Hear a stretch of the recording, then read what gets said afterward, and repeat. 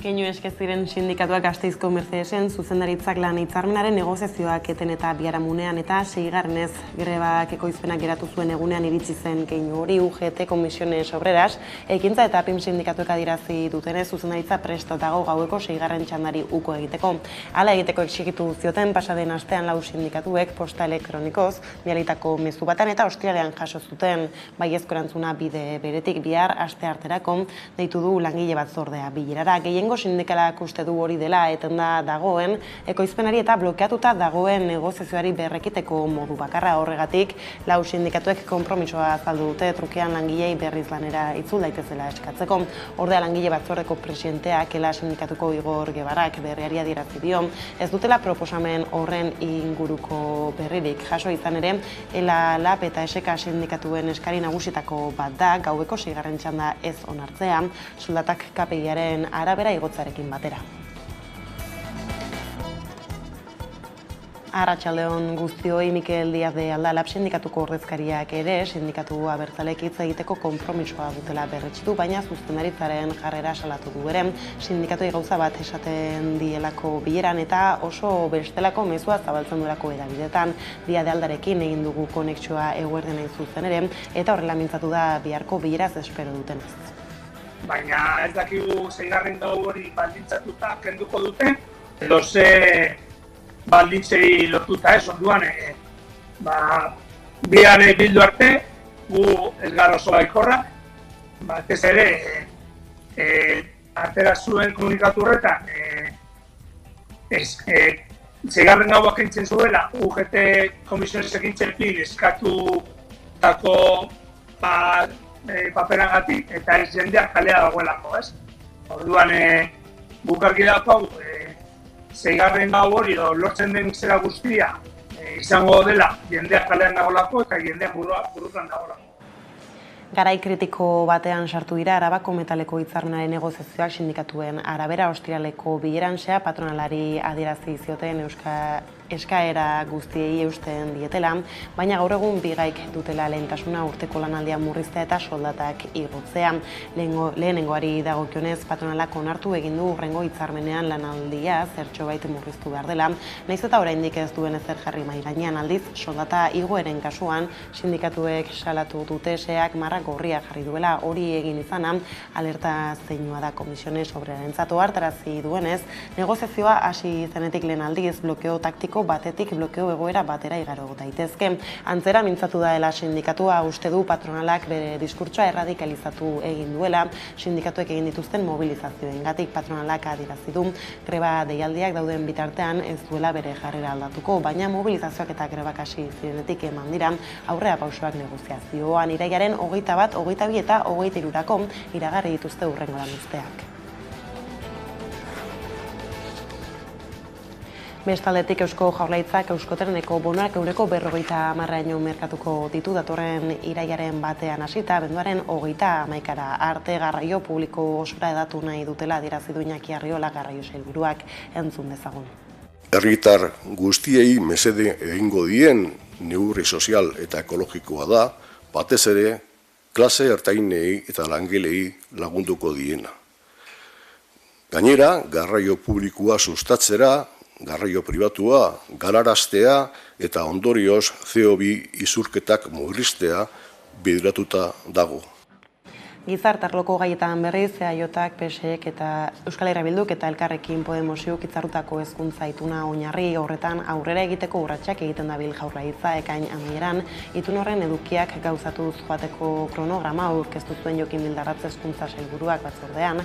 Besteak beste itunpeko eskolak itunpetzeko irizpide berrituak iragarri zituen, zeintzuen bidez, besteak besteera emango zaien itunpeko zentroi gutxieneko ikasle ratioak apaltzeko bada Esteizlas eta ELA sindikatuek Jaurlaritzaren jakinarazpenak kritikatu dituzte bakoitzak bere aldetik eta bere ñabardurekin. Gurean Agore Iturrioz Esteizlaseko bozeramaile izan da gaur eta halaxe egin du itunaren sinaduratik gaurdainoko balorazioa.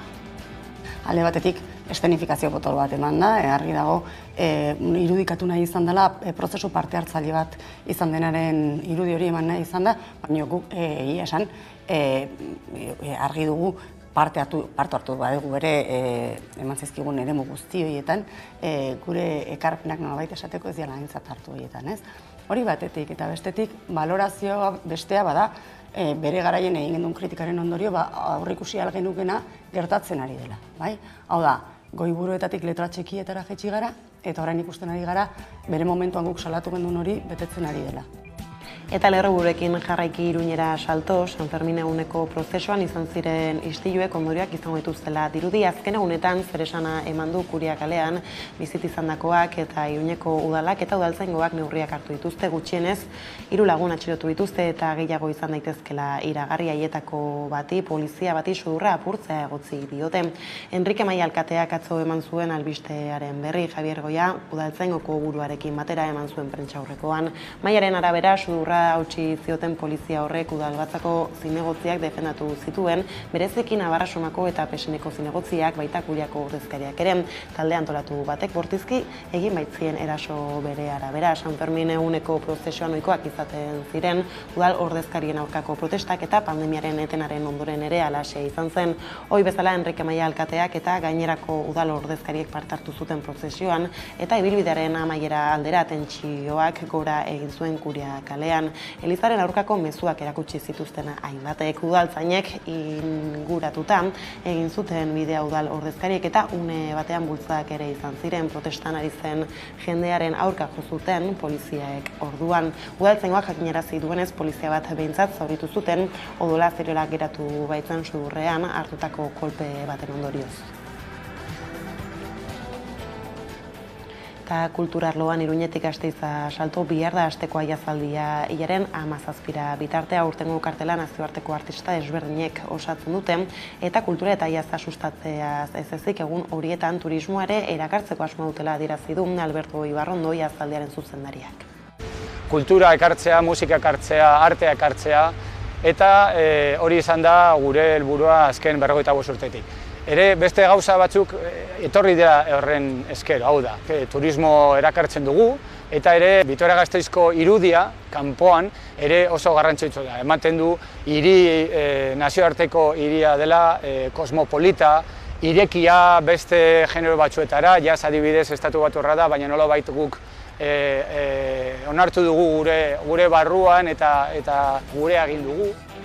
Badaguneko lerroburu ezberdinak erreparatuta San Fermietara joko dugu berriz orain, pilaketak, adarkadak, erorketak denetarik izan du 2022ko San Fermietako 5. entzierroak zalantzarik gabe, aurten izan den arriskutsuenak protagonistak Kadizko Zebadak Gago ganadutegiko zezenak izan dira eta 3 minutu eta 12 segundu behar izan dituzte zezen plazako ukuiluetara iristeko. Hori horrela asteburuan jaso direnei erreparatuko diogu jarraian, izan ere 100 pertsona bildu ziren atzo arratsaldean Iruñeko udalaren bazterkeria eta San Fermin herrikoiak aldarrikatzeko.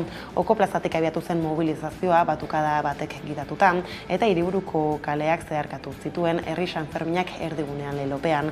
Udaletxe plazara iristean geldialdi bat egin zuten eta txistualdi zaratatsua eskaini zioten Navarra-Somak gidatutako udalari.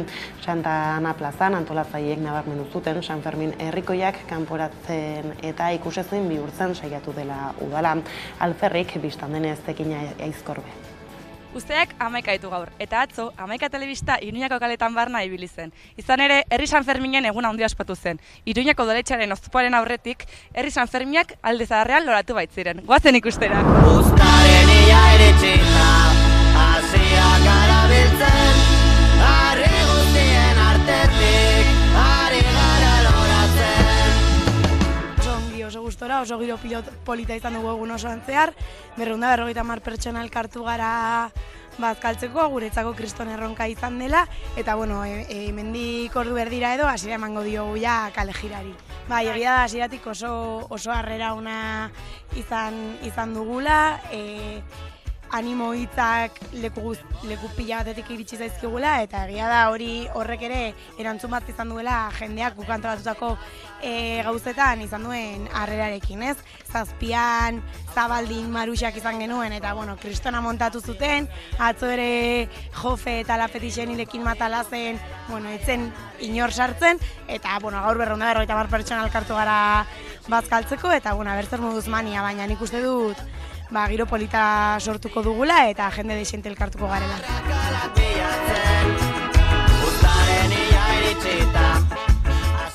Bai, nik uste dut ongi dagoela nabaritzen delako asko plaza honen utxunea. Gauza pila bat egiteko, ez? Gero batukada, bai, elektrotxaranga, bai, aurten nabaritu da pilo bat, San Ferminak behar direla. Bai, faltan botatzen ditugula, ez? Etorri gara. Oso ongi dagoen beste jende batu izan, horrexegatik.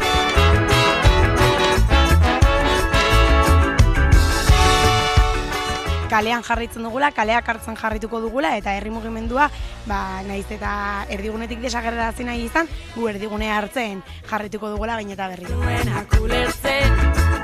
Iruñerriko kaleak norenak diren, lehen kimuak irten da zinetzen den arte, lorea ez da bere tokitik mugitzen.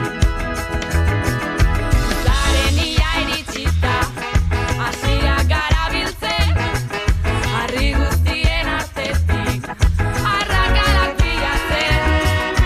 Zaren ia iritsita, hasiak garabiltzen, harri guztien artetik, ari gara loratzen. Harri guztien artetik, ari gara loratzen. Eta mobilizazioez larun batean Euskal Herri Independente, sozialista eta feminista bat aldarrikatu zuen Ernaik San Ferminetan ikusi.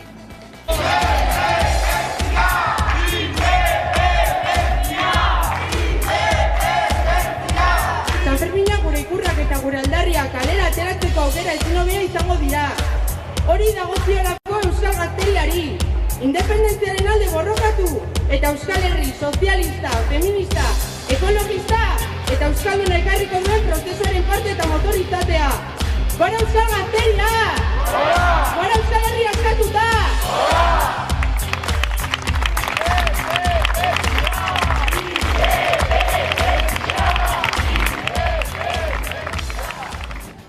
Ostiralean ordea urtero legez, German Rodriguez oroitu dute San Fermietan, ehunka pertsona bildu ziren Iruñeko peinek ere parte hartu zuten ekitaldi batean, krabelin gorriek inguratu eta apaindu zuten German Rodriguezen hilarria. 44 urte igaro dira, poliziak tiro batez gazte iruindarra hil zuenetik, urtero bezala jendetza bildu zen, haren eta 1978ko uztailaren 10ean Donostian eraildako Joseba Barandiaranen omenez.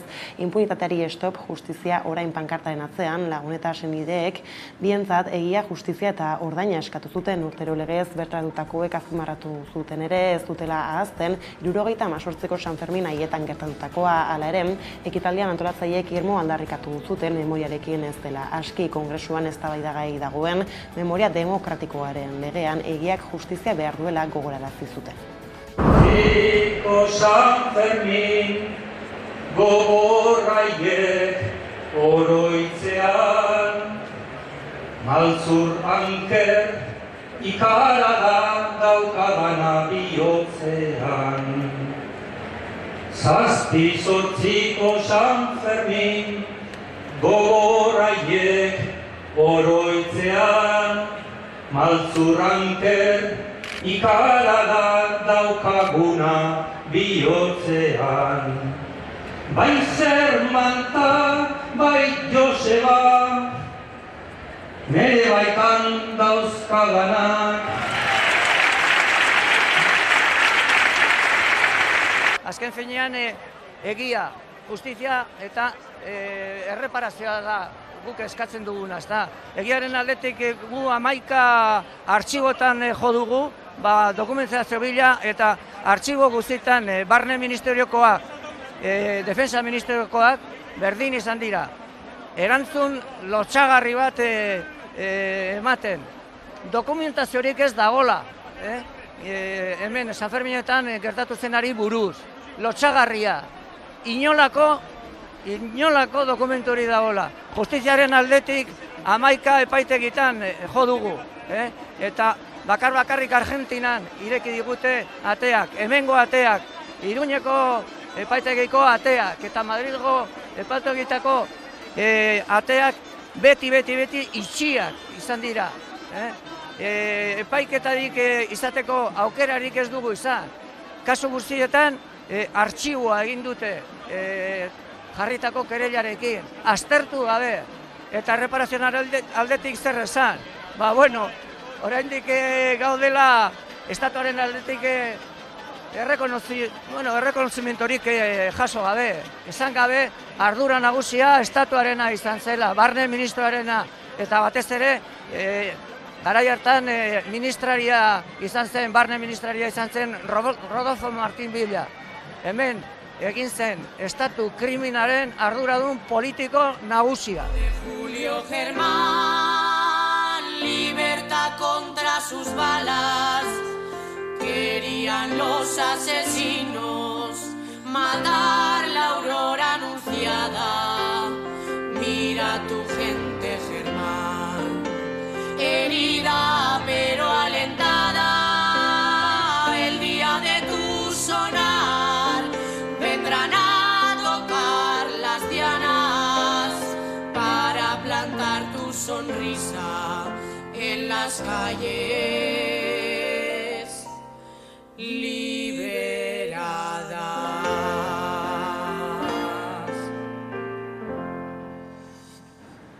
Hogeita 5 urte bete dira eta Miguel Angel Blanco Ermuko Alderdi Popularreko zinegotzia baitu zuenetik, hori dela eta Ermuko udalak omenaldia antolatu du, eta zer esana eman du ekitaldiak, besteak beste, han izan direlako Pedro Sánchez Espainiako gobernuko presidentea, Iñigo Urkullu Eusko Jaurlaritzako lehendakaria, eta Felipe VI Espainiako erregea. Ala Blanco hil zuten garaiako gogoratu dute Ermuan, eta oroimenaren legea kritikatu dute, izan ere memoria demokratikoaren legea onartzekoa da aste honetan, eta zer esana ematen jarraitzen du Felipe Gonzálezek ezbaian jarri du lege berria, eta atzo bertan Blancoren oroimen ekitaldia baliatu zuen Feijok legea indargabetuko duela hitz emateko.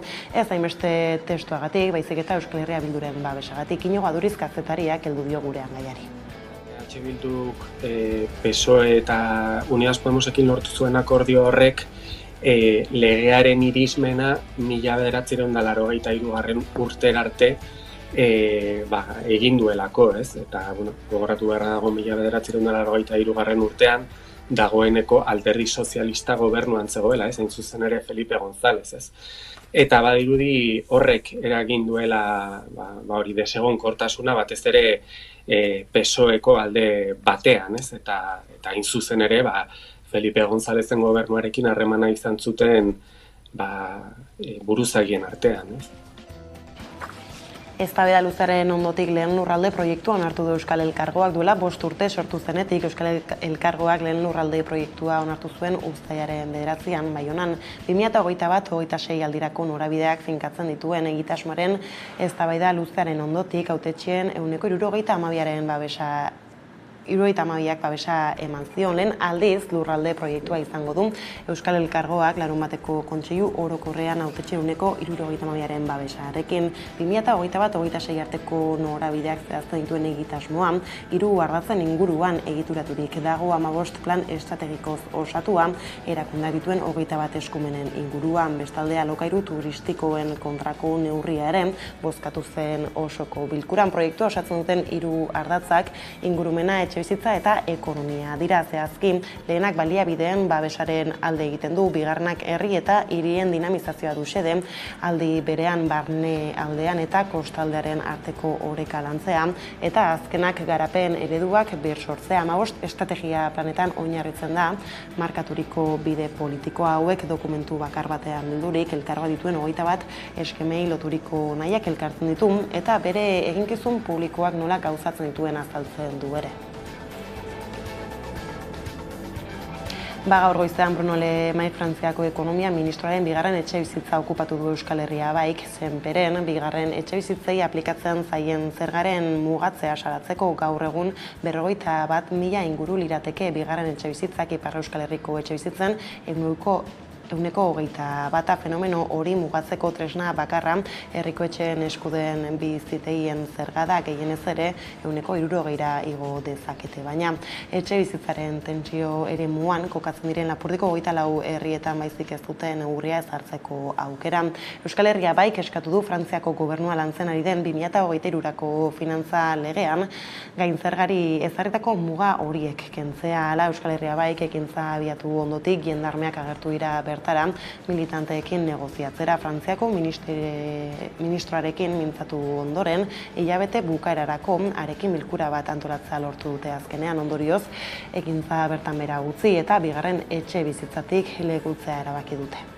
Gaur egun antolatu dugun ekintza da galdeiteko Bruno Le Maire, bere bigarren etxe bizitza denez hemen Senperen. Bere lege berrian, 2023ko finantzamendu lege hortan, sartzea gaur egun bada gain zerga bat bigarren etxe bizitzentzat, eta gure eskaera da gain zerga hori altxatzea. Mugatua da, eta hortarako teilak kendu ditugu, zenta muga hori hautsi behar da, eta altxatu behar da gain zerga hori, justuki erakusteko eta lortzeko algeiago errikoetxeentzat, PFL-entzat, gain zerga hori erabiliz tokiko etxe bizitzentzat. Eta kulturarlora salto aipatu gule erreguretan ere bihar hasiko da Gasteizko jazaldiaren 45. edizioa. Gasteizko jazaldiaren 45. edizioa uztailaren 12an hasiko da. 6 egunez hiriburua jazez jantziko da jarduera desberdinen bitartez. Aurten programazio zabala izateaz gain, apustu garrantzitsua egin du jazaldiak kaleko musikaren alde. Mendizorrotza eta Printzipal antzokia ez ezik beste eszenatoki berri bat gehitu dute aurtengo programaziora. Pradoko parkean egingo den jaza parkean ekimena. Alberto Ibarrondo jazaldiaren zuzendariak programazioaren xehetasunak azaldu ditu. Aurtengo programazioa nahiko zabala da, baina horrela bizkatxo bat hobeto azaltzeko 2-3 zatitan banetu dezakugu. Alde batetik dakagu hori den bezala Mendizorrotza, eta hanukiko dugu talde garrantzitsuenak. Beste zutabea izango litzateke Printzipal antzokia. Hasiko gara Euskal Herriko Harrobiarekin, ikasleen jazz orkestarekin. Ere baditugu beti bezala Printzipal antzokia nahiko proposamen vanguardistak edo berriak ditugu. Ikuko dugu adibidez James Brandon Lewis, Masieki, Poloniarra, bere Ragtime proiektua aurkezten. Ikuko dugu ere Rising Star sariaren irabazlea, Jesai Karapetian, armeniarra da eta oso piano jolea da eta oso proposamen boteretsua duena.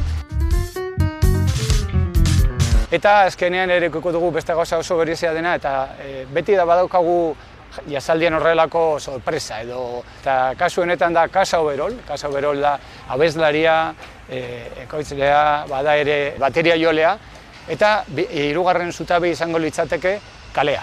Hau ikusten dugun bezala, ez? Gasteizko jazaldiak aurkezten duen proposamena berriro jaza kalera eramatea da. Eta ere ikuko dugu beste proposamen bat oso interesgarri dena, eta da jaza parkean. Kultura ekartzea, musika ekartzea, artea ekartzea, eta hori izan da gure helburua azken 45 urtetik. Ere beste gauza batzuk etorri dira horren esker, hau da. Turismo erakartzen dugu, Vitoria-Gasteizko irudia, kanpoan, ere oso garrantzitsua da. Ematen du nazioarteko hiria dela, kosmopolita, irekia beste genero batzuetara, jaz adibidez Estatu Batuarra da, baina nolabait guk onartu dugu gure barruan eta gure egin dugu. Hiriari nolabait atraktibo gai aukitzea, ez bakarrik turismoak egiteko, baina ere hemen bizitzera etortzeko eta bereziki gure bizilagunen bizia aberatsagoa egiteko. Kultura eta jasa sustatzea dira helburu esanguratsuenak. Horrez gain Gasteizera hainbat onura ekartzen ditu jazaldiak, hala nola turismoa eta nazioartean hiri ezaguna bilakatzea. Bilbon berriz marka guztiak gaindituta amaitu da BBK Live jaialdia, pandemia osteko lehenbizikoa eta 5. edizioa arrakastatsutzat jo dute antolatzaileek datu behi erreparatuz. 115.000 lagun elkartu dira, 3 egunez Bilboko Kobeta mendin eta datorren urteko edizioak ere badu data. 2023ko uztailaren 6, 7 eta 8 egingo dute 16. Asteburuan musika estilo ezberdinez gozatzeko aukera eman du BBK Live jaialdiak. Kobeta mendiko zelaiak jendez gainezka egon dira ostegunetik larunbatera orotara 115.000 lagun batuz. 2 urteko etenaren ostean jendeak irrika zartu du jaialdia eta honek ez die hutsik egin. 3 days we're gonna have some fun, meet some nice people and enjoy the music. Es de mis festis favoritos porque junta naturaleza, música y amigos, porque hemos conocido a mucha gente aquí. Primer BBK, así es. Sí, de hecho es mi primer festival, nunca he estado en una así de camping ni nada. Som aquí a passar aquests 4 dies, 3 dies, 3 nits, bàsicament a veure tots els concerts, tenim moltes ganes de veure bastants artistes.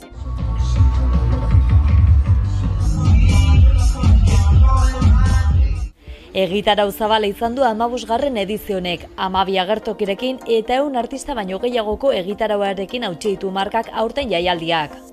Pop rocketik harago egin eta trapa, flamenkoa, musika urbanoa, musika elektronikoa eta indarbetan dauden beste eremu batzuk ere lehen lerrora ekarri ditu aurtengo edizioak. Horien artean nazioartetik iritsitako musikariek izan dute protagonismoa gehien bat, Zahara, Bomba Estereo eta Pet Shop Boys esate baterako, baina Euskal Herriko taldeak ere aritu dira, tartean daude Chill Mafia, Nogen eta Bulego. Eta artista gehienak kanpotarrak diren bezala BBK Live jaialdira ere mundu osotik gerturatu dira ikusleak. Hain justu 75 herrialdetan saldu dituzte sarrerak. We're from Norway. Pues yo de Zamora. Yo soy de Málaga. Ni Zumaya Renai, lehenengo aldiz hemen. I'm from Hamburg, Germany. I'm from Canada. I'm from Phoenix, Arizona, in the States. De Catalunya, som de Barcelona, Igualada sobretot. Venim uns quants de diferents zones de Catalunya. Bilbao BBK Live nazioarte mailako jaialdia ez ezik belaunaldien arteko jaialdiare badela nabarmendu dute. Aurten jaialdira bertaratu direnen adintartea handitu egin dela adierazi dute eta gero eta familia gehiago hurbiltzen direla seme-alabekin. Datorren urteko data ere jarri dute jada. 2023ko uztailaren 6an, 7an eta 8an hartuko du Kobetamendik Bilbao BBK Liveen 16. edizioa.